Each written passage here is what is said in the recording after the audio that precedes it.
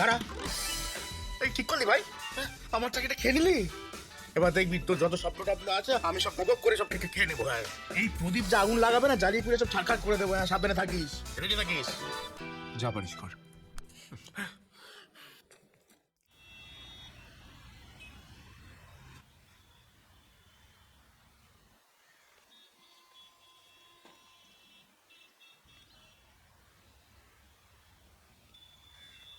দাদা, জেঠুমনি আমি না না না না না, তোকে কোনো কৈফিয়ত দিতে হবে না। তুই বড় হয়েছিস, এখন তোর ওই ব্যক্তিগত এইসব ব্যাপার স্যাপারে আমাদের আর নাক গলানো উচিত না। কিন্তু কি জানিস, কয়েকটা সত্যি কথা এবার তোকে বলার থাক সময় না এসেছে। এখন। দিনের পর দিন এই ঝামেলা আমার আর ভালো লাগছে না।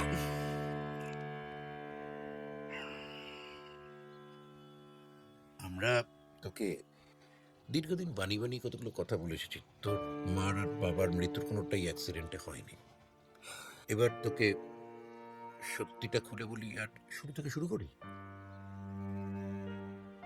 আমার বাবা, তোর দাদু, প্রেম করা, প্রেম করে বিয়ে করা এসব একেবারেই সহ্য করতে পারতো না। হতেই পারে, অর্থোডক্স পুরোনো দিনের মানুষ অনেকেই তখন এরকম ছিল। এই ছেলেমেয়েরা হাত ধরে ঘোরাঘুরি করবে রাস্তায়, পছন্দ করতেন না। আমি তার কথা মেনেও নিয়েছিলাম, কিন্তু আমার দুই ভাই, কাকামণি আর তোর বাবা মেজ, তারা দুজন কালের নিয়মেই প্রেমে পড়লো, বুঝলিস? দাদা, দাদা, বলতে দে, আমায় আটকাস না। তোর কাকামণি আবার প্রেম করতো একজন ক্রিমিনালের মেয়ের সাথে। আমরা বোঝালাম, বাধা দিলাম, আর ও কিন্তু সেটা শুনেও ছিল। সম্পর্কটাকে টেনে নিয়ে যায়নি, কিন্তু তোর বাবা চিরকালের কুয়ার গোবিন্দ এক মেয়ে, ওর সম্পর্কটাকে চালিয়ে নিয়ে গেল। আর একদিন রাস্তায় ওই হাত ধরাধরি করা অবস্থায় তোর দাদুর চোখে পড়ে গেল। প্রচন্ড অশান্তি হলো বাড়িতে। আর সেই দিন রাত্রি তোর মাকে তোর বাবা বিয়ে করে ফেলল। তোর দাদু প্রথম প্রথম মুখ ফিরিয়ে থাকতেন, তারপর আস্তে আস্তে আমরা সবাই মেনে নিলাম। এভাবেই চলতে লাগলো, সব ঠিকঠাক, হ্যাপি ফ্যামিলি। 1 বছর পথে তুই হলি, আর তার এই ধর মাস 3 বাদে তোর মা তোর বাবার এক বন্ধুর সাথে পালিয়ে গেল। লজ্জায় অপমানে তোর বাবা কাউকে মুখ দেখাতে পারতো না। চারিদিকে প্রতিবেশী, আত্মীয় স্বজন সবাই নানা কথা বলছে। বাড়ি থেকেই বেরোতো না। না রে, তারপর একদিন আমরা দরজা ভেঙে দেখলাম মেজ গলায় দড়ি দিয়ে সিলিং থেকে ঝুলছে।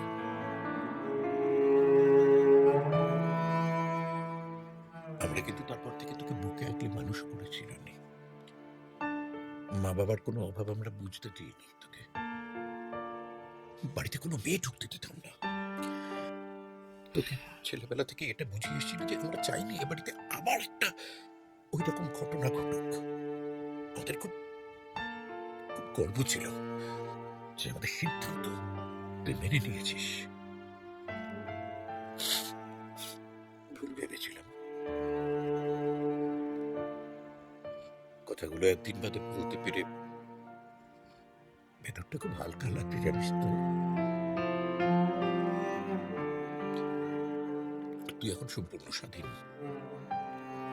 এবার থেকে নিজের জীবনের সব সিদ্ধান্ত নিজে নিবি। তোর ওপর আমাদের আর কোনো দাবি রইল না, কিন্তু যাই করবি ওই সত্যিটাকে মাথায় রেখে করিস কিন্তু।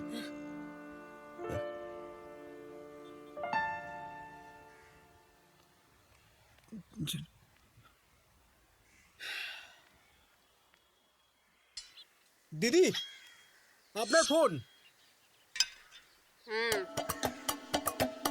হ্যালো, হ্যাঁ দেখুন, একটু কথাটা বোঝার চেষ্টা করুন। এতগুলো টাকা এই মুহূর্তে কোথা থেকে জোগাড় করবো বলুন তো? না, এমনিতেই তো মাল সমেত টাকা আমার পুরো বাজেয়াপ্ত করেছে। এতক্ষণে বোধহয় এনকোয়ারিও বসে গেছে। এতদিন ধরে আপনার থেকে মাল নিচ্ছি, কোনোদিন কি এরমটা হয়েছে বলুন তো?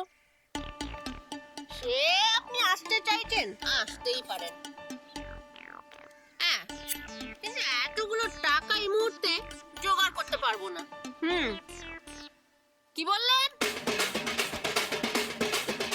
দেখুন, বেশি ফর করবেন না। দুটো পা না দড়ি দিয়ে একেবারে বেঁধে দেবো। আর দেখবেন ডানা ঝাপটাচ্ছেন, উঠতেও পারছেন না। হ্যাঁ ঠিক আছে, আসবেন তো আসুন, আমরাও তৈরি আছি। কিন্তু আসার আগে আপনার মা বাবা সবাইকে প্রণাম করে নেবেন, আর বউ বাচ্চাকে একটু আদর করে আসবেন, কারণ এটাই আপনার শেষ আশা। কত চাইছে দিদি? 10। দিদি বলছিলাম কি যে আমি 10 এনেছি, ওটা দিয়ে এখন মিটিয়ে নিন। বিপদের দিনে তো বন্ধুই বন্ধুর সাথে থাকে, তাই না? কত এনেছে? 10।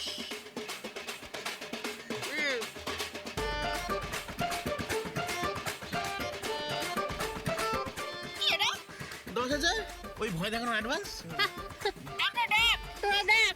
দেখ, 10,000 টাকা দিয়েও শান্তিপ্রিয়ার বিপদ কাটাতে এসছে। শান্তিপ্রিয়ার বিপদ কাটাবে নাকি 10,000 টাকা দিয়ে? ওরা ছুটো, রাখ এটা, ভাগ এখান থেকে, ভাগ। ইয়ার কি হচ্ছে আমার সাথে? শান্তিপ্রিয়ার সাথে ইয়ার কি?